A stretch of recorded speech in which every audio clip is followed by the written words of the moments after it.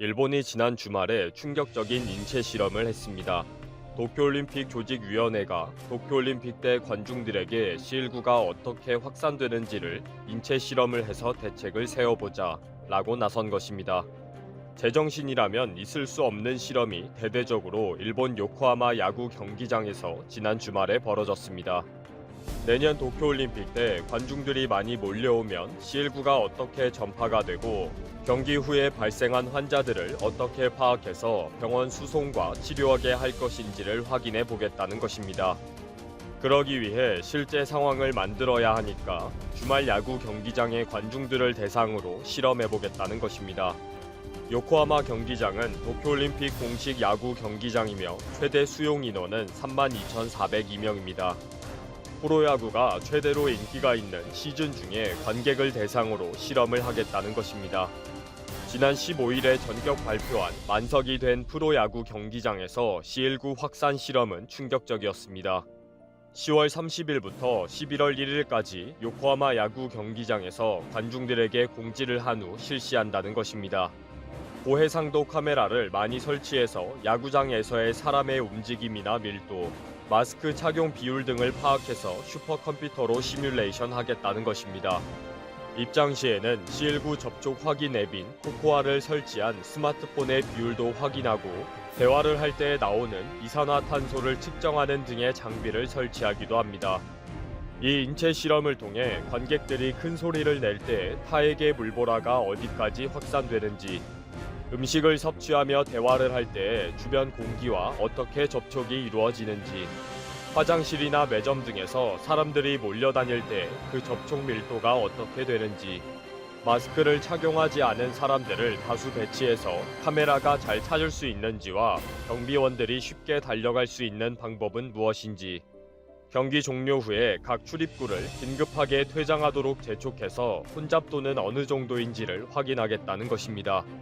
그리고 이 모든 실험 후에 CL9에 감염이 되었다고 하면 접촉 통지 앱 코코아와 보급률이 가장 높은 SNS인 라인을 통해 최대한 빨리 신고와 이송이 가능한지도 확인하겠다고 합니다. 그리고 얼마나 빨리 검사를 하고 치료로 들어갈 수 있는지 보건소 등과의 연계 체계도 확인하겠다는 것입니다. 뭐 한마디로 인체 실험을 하겠다는 거죠.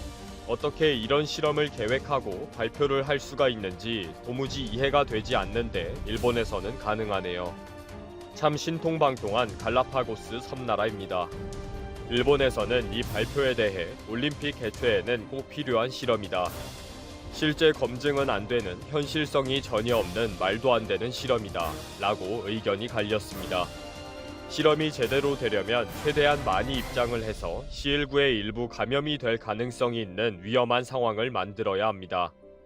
그래서 티켓 가격을 최대 35% 할인을 해주겠다. 필요하면 단체 할인도 가능하다.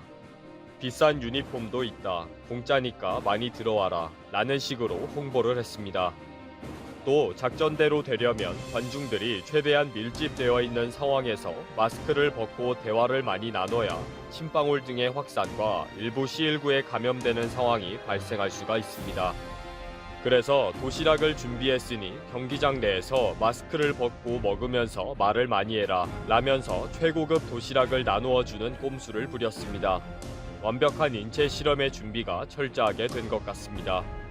직접 실험에 참가해야 하는 야구 팬들은 상당히 위험하다, 인체 실험 대상이 되기 싫다 라는 여론이 높았습니다. 왜 하필 가장 인기가 있는 요코하마와 한신과의 경기를 대상으로 하느냐 등의 항의도 있었습니다. 원래 일본 정부의 계획은 30일은 80%, 31일은 90%, 11월 1일은 100% 만석입니다. 최대한 바짝 붙어서 고함을 많이 치고 음식을 먹으면서 대화를 많이 해야 CL9 대책을 세울 수가 있으니까요. 그런데 야구 팬들의 이런 우려 탓인지 불티나게 팔리고 진작 매진이 되어야 했을 티켓이 29일까지도 판매 상황이 부진했습니다. 인체 실험을 준비한 올림픽 조직위원회는 도시락과 유니폼을 공짜로 준다. 내년 올림픽이 열리기 위해 데이터가 필요하다. 애국 시민들의 협조를 부탁한다. 라고 언론을 통해 많이 홍보를 하기도 했습니다. 드디어 첫날 30일에는 전체 수용 인원 32,402명의 51%인 16,594명이 경기장에 들어왔습니다. 80%의 자리를 채워야 접촉을 많이 하고 서로 침방울 영향을 주고 C19가 전파되고 감염자가 발생할 수가 있는데 51%에 그친 것입니다. 야구 팬들이 겁을 단단히 먹었던 것 같습니다. 토요일인 31일에는 24,537명이 입장해 약 76%가 채워졌습니다. 90%가 목표였지만 그래도 어느 정도 인체 실험이 가능하게 된 것입니다. 카메라도 돌리고 도시락을 줘서 마스크 벗고 대화도 많이 하고 해서 어느 정도의 데이터가 모였다고 합니다. 마지막 날인 1일 일요일에는 다행스럽게도 27,850명, 86%가 몰려서 어느 정도의 만석이 되었다고 합니다. 마지막 날 목표는 100%가 채워져야 했지만 그래도 아주 만족스러운 실험이었다라는 평가가 나왔습니다. 1일 오후에 올림픽 조직위원회가 기자회견을 했습니다. 실험은 무사히 잘 마쳤다. 실험 데이터를 내년 도쿄올림픽에 잘 사용할 수 있을 것 같다. 화장실이나 매점이 많이 혼잡했는데 올림픽 때 분산할 수 있는 방법을 찾으면 될 것 같다 등의 소감을 밝혔습니다. 이렇게 위험한 발상을 했다는 것도 놀랍지만 이런 인체 실험이 자연스럽게 이루어지는 일본이라는 나라가 더 충격적입니다. 이미 일본은 731 부대와 인간 어뢰, 가미카제 특공대를 국가에 충성한 군인이라고 야스쿠니 신사에 모셔두고 참배하는 나라입니다. 731 부대는 전쟁 당시에 일본의 엘리트 의사들이 주도적으로 준비하고 진행했습니다. 그 일본 장교들은 전쟁에 이기기 위해 수단 방법을 가리지 않고 인간을 실험 재료로 사용하는 범죄를 저지른 것입니다.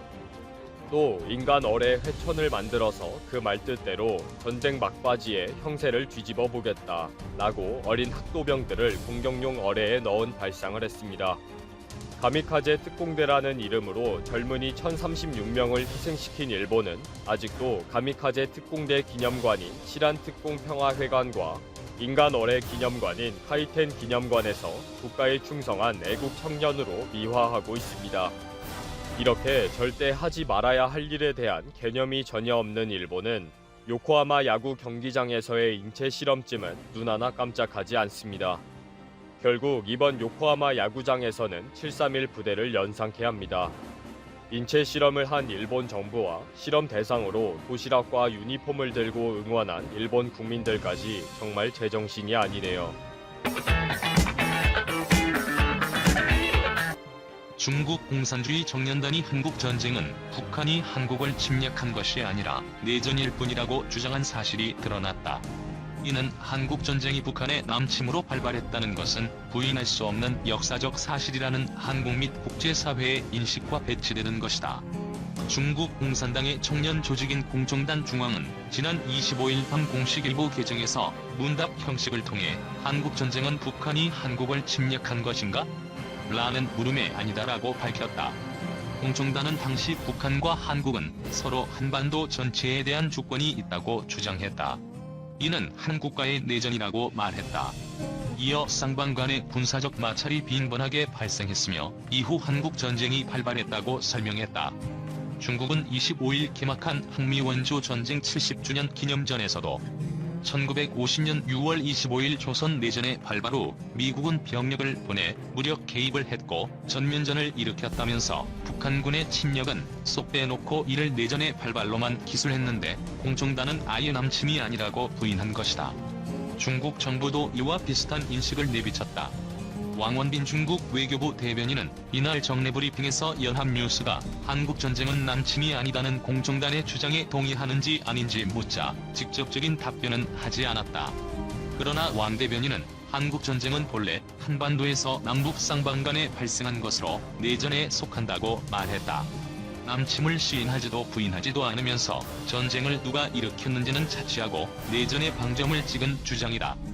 앞서 시진핑 중국 국가주석은 지난 23일 한미원조 70주년 기념 연설에서 한미원조 전쟁을 미국 제국주의의 침략이라고 칭해 한국과 미국의 반발을 샀다. 모건 오테이거스 미 국무부 대변인은 24일 트위터에서 한국전쟁은 중국을 등에 업은 북한의 남침임을 분명히 한 뒤 자유진영 국가들이 맞서 싸울 때 중국 공산당은 수십만 명의 병사를 보냈다고 했다. 강경화 외교부 장관도 26일 국정감사에서 한국전쟁은 북한의 남침으로 발발했다고 과거 유엔 안전보장이사회 결의에도 명시됐다며 부인할 수 없는 역사적 사실이기 때문에 국제사회에서도 이 문제를 잘 알고 있을 것이라고 말했다. 강 장관은 시 주석의 발언이 역사 왜곡이냐는 질의에 우리 입장에서 그렇다고 답했다. 중국 외교부의 왕 대변인은 연합뉴스로부터 오테이거스 대변인의 발언에 대한 논평을 요구받고 미국 측 언급은 사실과 다르며 완전한 거짓이라고 반박했다. 이어 중국이 기념하는 중국인민지원군 항미원조 출국 작전 70주년은 한국전쟁과 관련 있지만 동일한 개념이 아니다고 말했다. 왕 대변인은 한국전쟁이 내전으로 시작됐지만 미국의 개입으로 전쟁의 성질이 변했다고 말했다. 그는 강 장관의 발언에 대해서는 논박하는 대신 한중 관계의 발전을 강조했다. 왕 대변인은 양측은 1992년 수교 이후 한중 관계에 새로운 장을 열었으며 28년 동안 관계는 전면적으로 발전했고 양국 인민에게 큰 혜택을 주었다. 또 지역의 평화와 안정에도 중요한 공헌을 했다고 말했다. 아울러 중한 관계를 더 발전시키는 것이 양국의 이익에 부합한다는 것은 양측의 공통된 인식이라면서 우리는 한국과 함께 노력해 중한 관계를 더 발전시키기를 원한다고 말했다. 한국 정부 고위 관리들이 지난 23일 시진핑 중국 국가주석의 한국전쟁 70주년 기념 연설에 대해 역사 왜곡이라며 이례적으로 비판하고 나섰다고 블룸버그 통신이 27일 보도했다. 시 주석은 당시 연설에서 한국전쟁을 항미원조로 칭하며 미국군을 침략군으로 왜곡하고 북한의 남침으로 시작된 전쟁을 제국주의와의 싸움으로 미화시켰다. 시 주석은 항미원조 전쟁 당시 중국과 미국의 국력 차이는 매우 컸지만 이런 비대칭 속에서도 위대한 중화민족은 조선군과 긴밀히 협의해 미군 불패 신화를 깨뜨리고 승리를 거뒀다고 말했다. 그러면서 제국주의가 다시는 신중국을 무너뜨릴 수 없다는 것을 이 전쟁을 통해 전 세계에 알렸다며 항미원조 승리는 중화민족 부흥의 이정표라고 목소리를 높였다. 이에 대해 한국 외교부는 25일 한국전쟁이 북한의 남침으로 발발했다는 것은 부인될 수 없는 역사적 사실이라고 밝혔다.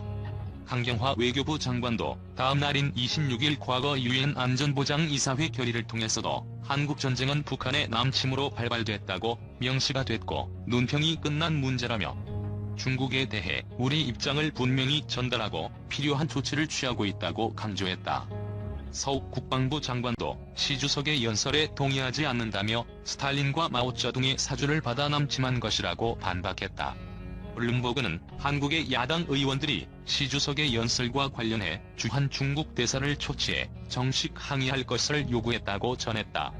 블룸버그는 중국군이 1950년 10월 미국 주도의 유엔군과 싸우기 위해 압록강에서 국경을 넘어 북한으로 들어갔고 이후 한국전쟁 동안 중국 정부 추산으로 20만 명이 사망했다고 전했다. 일부 미국 측 추산으로는 중국인 90만 명이 사망한 것으로 알려졌다. 최근 퓨리서치 여론조사에서 한국 응답자의 83%는 시 주석이 세계 문제에서 옳은 일을 할 것이라는 질문에 확신이 없다고 답했다. 응답자의 약 4분의 3은 중국에 대해 부정적으로 평가했으며 이는 지난해보다 12%